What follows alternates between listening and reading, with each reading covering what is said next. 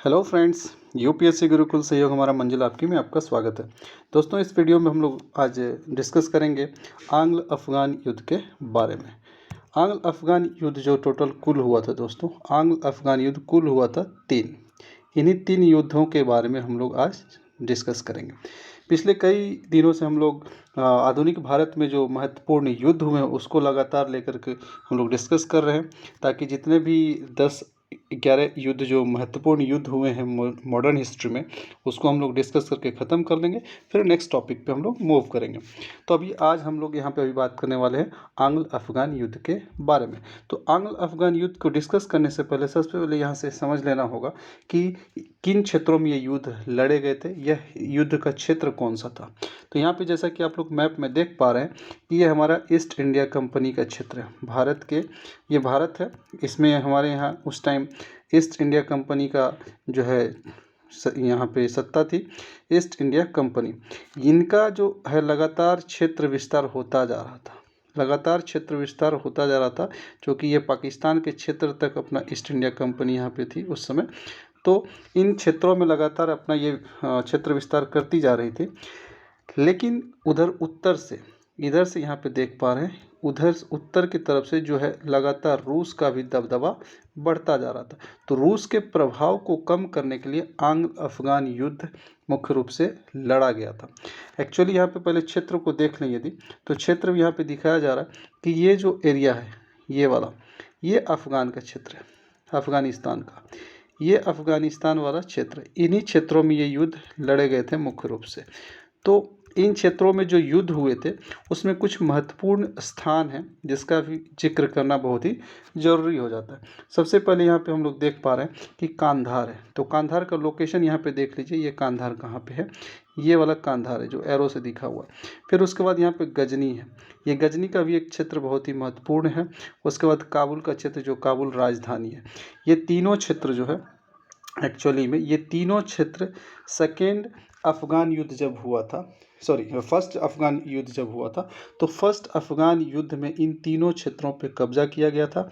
और काबुल में जो है वहाँ पे ब्रिटिश ईस्ट इंडिया कंपनी का जो है वहाँ पे रेजिडेंट खोला गया था। तो इस चीज़ का भी हम लोग ध्यान यहाँ पे रखेंगे। आगे इसमें बात कर लेते हैं। यहाँ पे एक है क्वेटा, ये जो क्वेटा जगह है, ये क्वेटा जो है, इस क्वेटा के तरफ से, इस क्वेटा के ही तरफ से हम लोग क्या किए थे, फर्स्ट अफ़गान युद्ध में ब्रिटिश इंडिया फर्स्ट अफ़गान युद्ध में इसमें प्रवेश की थी क्वेटा के तरफ से, क्योंकि इधर रंजीत सिंह का क्षेत्र था ऊपर में। ये देख पा रहे हैं, ये रंजीत सिंह का क्षेत्र, जो ग्रीन वाला एरिया यहाँ पे, वाइट और ग्रीन, वाइट वाला जो ये ग्रीन वाला जो एरिया है, ये रंजीत सिंह का क्षेत्र था। तो रंजीत सिंह इधर से लगातार इधर से दबाव बनाते जा रहे थे अफ़गानिस्तान पे। इधर से लगातार रंजीत सिंह का दबदबा बना था और इधर से ईरान लगातार अफ़गानिस्तान की तरफ हमला करता रहता था। तो इधर ईरान से परेशान, इधर रंजीत सिंह से परेशान, और ऊपर से कहीं ना कहीं रूस से परेशान ये क्षेत्र हमेशा से रहा। लेकिन इधर ब्रिटिश ईस्ट इंडिया कंपनी रूस के प्रभाव को देखते हुए अपना अभियान अफ़गानिस्तान की तरफ चलाया था। लेकिन इस अफ़गानिस्तान के युद्ध में लगातार कई बार ब्रिटिश को हार का भी सामना करना पड़ा, कई बार जीती कई बार हारी। तो इन्हीं तीनों युद्धों के माध्यम से हम लोग इसमें देख पाएंगे कि कहाँ पे क्या हुआ था। चलिए अब इस पे हम आगे डिटेल में बात कर लेते हैं कि इन युद्धों में किनका किनका नेतृत्व था। और एक महत्वपूर्ण बात यहाँ पे, खैबर दर्रा, ये जो खैबर दर्रा है, ये खैबर दर्रा महत्वपूर्ण जगह था, जो कि खैबर दर्रा ये पाकिस्तान अफ़गानिस्तान के बॉर्डर पे है, जो पाकिस्तान अफ़गानिस्तान की तरफ जाने का एक रास्ता है। इस खैबर दर्रे के पास ही सेकेंड जब युद्ध हुआ था अफ़गानिस्तान वाला, सेकेंड आंग्ल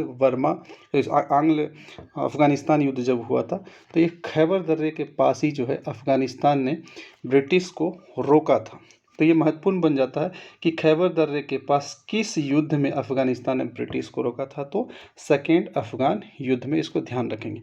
तो ये एरिया मुख्य रूप से क्लियर हो गया। अब इसको समझने में आसानी होगी कि कंधार कहाँ है, गजनी कहाँ है, काबुल कहाँ है, क्वेटा कहाँ है, खैबर दर्रा कहाँ है और अफ़गानिस्तान का मुख्य क्षेत्र।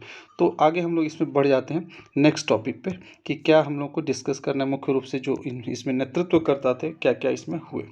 तो आइए बढ़ते हैं दोस्तों। यहाँ पे जैसा कि हम लोग देख पा रहे हैं यहाँ पे आंग्ल अफगान युद्ध के बारे में हम लोग डिस्कस करें। 3 युद्ध हुआ था। पहला युद्ध जो हुआ था 1839 से लेके 42 के बीच में। देखिए, फैक्ट याद करना कोई बड़ी बात नहीं है, लेकिन जब आप चीज़ों को मैप के माध्यम से, स्थान से उसको क्लियर किए हुए रहेंगे तो आपको फैक्ट याद करने में बहुत आसानी होगी। तो इसलिए जगह को क्लियर करना ही बहुत ज़रूरी होता है। तो 1839 से 1842 पहला युद्ध, 1878 से लेकर 1880 के बीच में दूसरा अफगान युद्ध, और 1919 से लेकर 1922 के बीच में तीसरा युद्ध हुआ था। तो यहाँ पे एक एक करके हम लोग देख लेते हैं। सबसे पहले प्रथम अफगान युद्ध के बारे में, जो 1839 से 42 के बीच में हुआ। उसमें मुख्य रूप से अंग्रेज की तरफ से जो थे नेतृत्वकर्ता, यहाँ पे उस समय गवर्नर थे ऑकलैंड और एलन बरो। एक्चुअली में ऑकलैंड के समय यह युद्ध शुरू हुआ, लेकिन जब युद्ध समाप्त हुआ पूर्ण रूप से, फर्स्ट अफगान युद्ध, उस समय यहाँ पे जो है गवर्नर थे एलन बरो, ये अंग्रेज की तरफ से। तो ये दोनों का योगदान फर्स्ट अफगान युद्ध में था, ऑकलैंड का भी और एलन बरो का भी। और वहीं अफगानिस्तान के तरफ से जो थे दोस्त मोहम्मद खां, ये अफगानिस्तान का नेतृत्व कर रहे थे। तो हुआ क्या, फर्स्ट अफगान युद्ध में यह दोस्त मोहम्मद खान जो है, इसको हटा करके अंग्रेज़ों ने शाह शुजा को यहाँ पे राजा बना दिया, मीन्स अमीर बना दिया। अफगानिस्तान में जो राजा होते थे उसको अमीर बोला जाता था। तो शाह शुजा को अमीर बना दिया अंग्रेज़ों ने। और 1842 में एक्चुअली इसकी शाह शुजा की मृत्यु जब हो जाती है, फिर इसका पुत्र जो है अकबर खां यहाँ पे बनता है अमीर, मतलब राजा।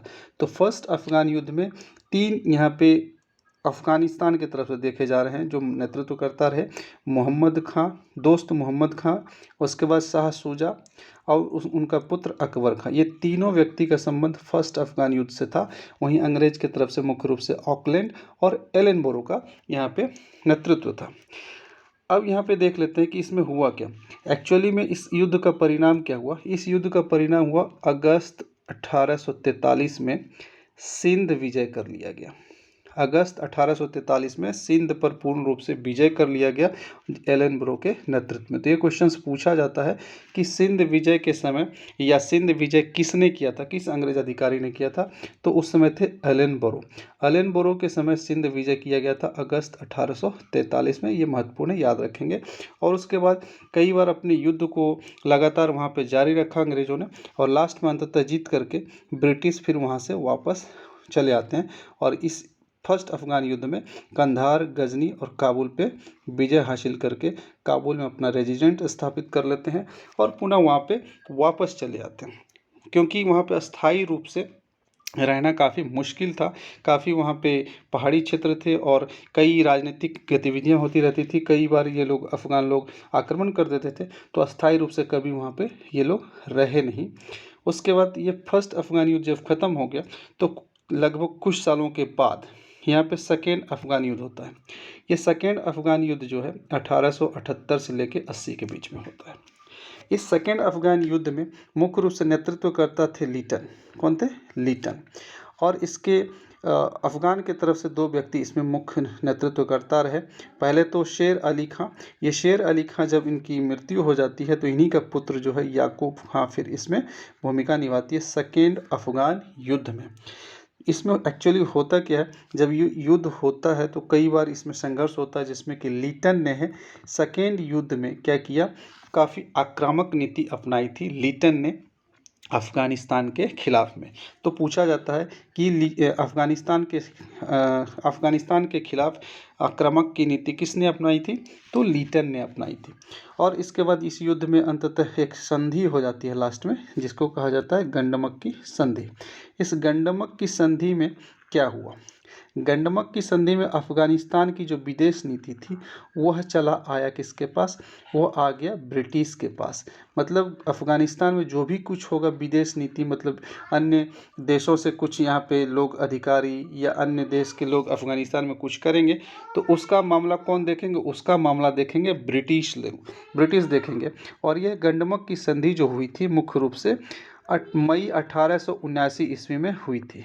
मई 1879 ईस्वी में गंडमक की संधि हुई थी और इसमें अस्थायी रूप से कुछ समय के लिए यहाँ पे रेजिडेंट जो है काबुल में स्थापित कर दिया गया था।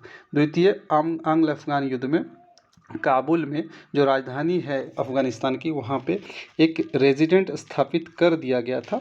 और कुछ समय के बाद क्या हुआ, इस रेजिडेंट का जो अधिकारी था, मुख्य अधिकारी था अंग्रेज की तरफ से, उसका नाम था पियरे केवेनगरी। पियरे केवेनगरी, इसकी जो है सितंबर 1879 में हत्या कर दी जाती है अफ़गानिस्तान के कुछ आतंकवादियों के द्वारा। तो सितंबर 1879 में जब पियरे केवेनगरी की हत्या कर दी जाती है काबुल में, तो यहाँ से फिर अंग्रेज़ मुख्य रूप से वहाँ से वापस चले आते हैं और फिर इसमें किसी भी व्यक्ति को वहाँ पे रखा नहीं जाता है। तो यूँ कहें कि सेकेंड अंग अफ़गान युद्ध में ब्रिटिश की अंततः हार हो जाती है। और उसके बाद इसी का बदला लेने के लिए बहुत समय के बाद फिर 1919 में एक युद्ध होता है, तृतीय आंग्ल अफ़गान युद्ध। ये तृतीय आंग्ल अफ़गान युद्ध के बारे में जो 1919 से लेकर के 1922 के बीच का ये मामला है। एक्चुअली ये युद्ध लड़ा गया था 1919 में ही, युद्ध जो लड़ा गया था सिर्फ 1919 में ही लड़ा गया था। लेकिन 1922 में पूर्णतः अफ़गानिस्तान के साथ जो है ब्रिटिश का जो है वो संघर्ष खत्म हो जाता है, इसलिए 1919 से 22 इसको लिखा जाता है। तो तृतीय आंग्ल अफ़गान युद्ध में मुख्य नेतृत्व करते यहाँ पे यदि बात करेंगे तो एक्चुअली उसमें स्पष्ट रूप से कहीं मिलता नहीं है, लेकिन इस समय काल को देखेंगे 1919 से 1922 के बीच का काल, तो एक व्यक्ति हैं चेम्सफोर्ड, जो कि वायसराय उस समय यहाँ पे भारत में वायसराय थे अंग्रेज की तरफ से, चेम्सफोर्ड, जिसका कार्यकाल 1916 से लेकर 21 तक था। वहीं दूसरा व्यक्ति है इसी काल में रीडिंग का, 1921 से लेकर 1926 तक का काल ये रीडिंग का काल था। तो ये दो व्यक्ति, यदि हम बात करें थर्ड आंग्ल अफ़गान युद्ध का, तो ये दो व्यक्ति इससे जुड़े रहते हैं। ये जिस प्रकार से यहाँ पे वायसराय की यहाँ पे कार्यकाल देखी जाती है, तो ये दो व्यक्ति बहुत ही महत्वपूर्ण हो जाते हैं थर्ड आंग्ल अफ़गान युद्ध में, चेम्सफोर्ड और रीडिंग। और इसके अपोजिट में अफ़गानिस्तान के तरफ से कौन थे, अमान उल्लाह खां, ये अफ़गानिस्तान का नेतृत्व कर रहे थे। तो इसमें क्या होता है, सिर्फ सेकेंड जो आंग्ल अफ़गान युद्ध था उसी का बदला लेने के लिए युद्ध लड़ा गया था और पूरी तरह से अफ़गानिस्तान को हरा करके अंग्रेज अंततः वहाँ से वापस चला आता है और 1921 में अफ़गानिस्तान जो है पूर्ण रूप से स्वतंत्र घोषित कर दिया जाता है।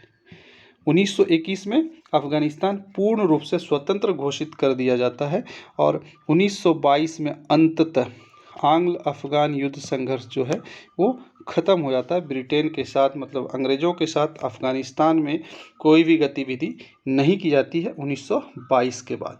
तो ये तीनों प्रमुख युद्ध जो है इसको आप लोग ध्यान में रखेंगे। और एक बार लास्ट में इसको और कुछ तथ्य जो है उसको मैप से जो हम लोगों ने देखा था उसको एक बार यहाँ पे पुनः देख लेते हैं, ताकि ये आपको समझने में और आसानी हो जाएगी, कोई यहाँ पे डाउट नहीं रहेगा। चलते हैं नेक्स्ट पेज पे। यहाँ पे देखें, जैसा कि पहले ही मैप में हमने बता दिया है कि ये जो ग्रीन वाला एरिया देख पा रहे हैं ये अफ़गानिस्तान का क्षेत्र है, ठीक है। और अफ़गानिस्तान का क्षेत्र जो लगता है इधर तुर्कमेनिस्तान से लगता है, इधर उज़्बेकिस्तान से लगता है और यहाँ पे तजाकिस्तान से लगता है। और नीचे में यदि देखेंगे तो नीचे में जो है यहाँ पे ईरान से लगता है, ये ईरान का क्षेत्र, ये देख लीजिए ये ईरान का क्षेत्र है, इससे लगता है। और इधर वो पाकिस्तान है ही। तो अफ़गानिस्तान का क्षेत्र ईरान से, तुर्कमेनिस्तान से, उज़्बेकिस्तान से, तजाकिस्तान से और इधर पाकिस्तान से और थोड़ा सा इंडिया से, इन देशों से 1 2, Iran 1, Turkmenistan 2, Uzbekistan 3, Tajikistan 4, Pakistan 5, India 6 देशों से इसकी मुख्य रूप से सीमा लगती है अफ़गानिस्तान की। और जिसमें कि हमने कहा खैबर दर्रे में जो है, खैबर दर्रे के माध्यम से जो ब्रिटिश का जो अभियान चला था वो सेकेंड अफ़गान युद्ध, उसमें खैबर दर्रे के पास ही ब्रिटिश को अफ़गान ने रोक दिया था। और वहीं यदि हम बात करें क्वेटा की, तो क्वेटा के तरफ से जो क्वेटा का क्षेत्र है, उस क्वेटा की तरफ से जो बलूचिस्तान में पड़ता है अभी, तो पाकिस्तान के क्षेत्र में बलूचिस्तान है, वहाँ पे क्वेटा है। तो क्वेटा की तरफ से ये फर्स्ट अफ़गान युद्ध में ब्रिटिश अपना अभियान अफ़गानिस्तान की तरफ चलाया था। और 3 क्षेत्र जो कंधार, गजनी और काबुल, मुख्य रूप से ये तीनों क्षेत्रों को फर्स्ट अफ़गान युद्ध में जीत लिया गया था। और लेकिन अंततः वहाँ पे अपना स्थायी रेजिडेंट बनाया नहीं था, द्वितीय आंग्ल अफ़गान युद्ध में रेजिडेंट को स्थापित किया था। इन तमाम चीज़ों को हम लोगों ने देख लिया। तो आज के इस वीडियो में इतना ही। आगे के लिए हम लोग देखते हैं नेक्स्ट टॉपिक आपके लिए क्या लाते हैं। और मैं यहाँ पे बता दूं कि जितने भी कुछ और युद्ध बच गए, जैसे कि आंग्ल मराठा बच गया, आंग्ल मराठा के बाद उसमें आंग्ल मैसूर बच गया। आंग्ल मैसूर के बाद दो महत्वपूर्ण युद्ध आ जाता है जो कि बक्सर का युद्ध है और प्लासी का युद्ध है। ऐसे कुछ दो चार और महत्वपूर्ण युद्ध बच गए हैं जिसको कि मॉडर्न हिस्ट्री में हम लोग को डिस्कस करना है, और ये ख़त्म होते ही फिर नेक्स्ट हम लोग फ्रीडम मूवमेंट पे आ जाएंगे। तो बहुत बहुत धन्यवाद। इस वीडियो में इतना ही, आगे मिलते हैं नेक्स्ट वीडियो में अगले टॉपिक के साथ, और लगातार आप लोग हमारे साथ बने रहिए ताकि आपके मॉडर्न हिस्ट्री के कोई भी कॉन्सेप्ट जो है वो बचेंगे नहीं। मिड अप्रैल तक ये पूरा लगभग कंप्लीट कर लिया जाएगा। बहुत बहुत धन्यवाद। Thank you very much. जय हिंद, जय भारत, वंदे मातरम।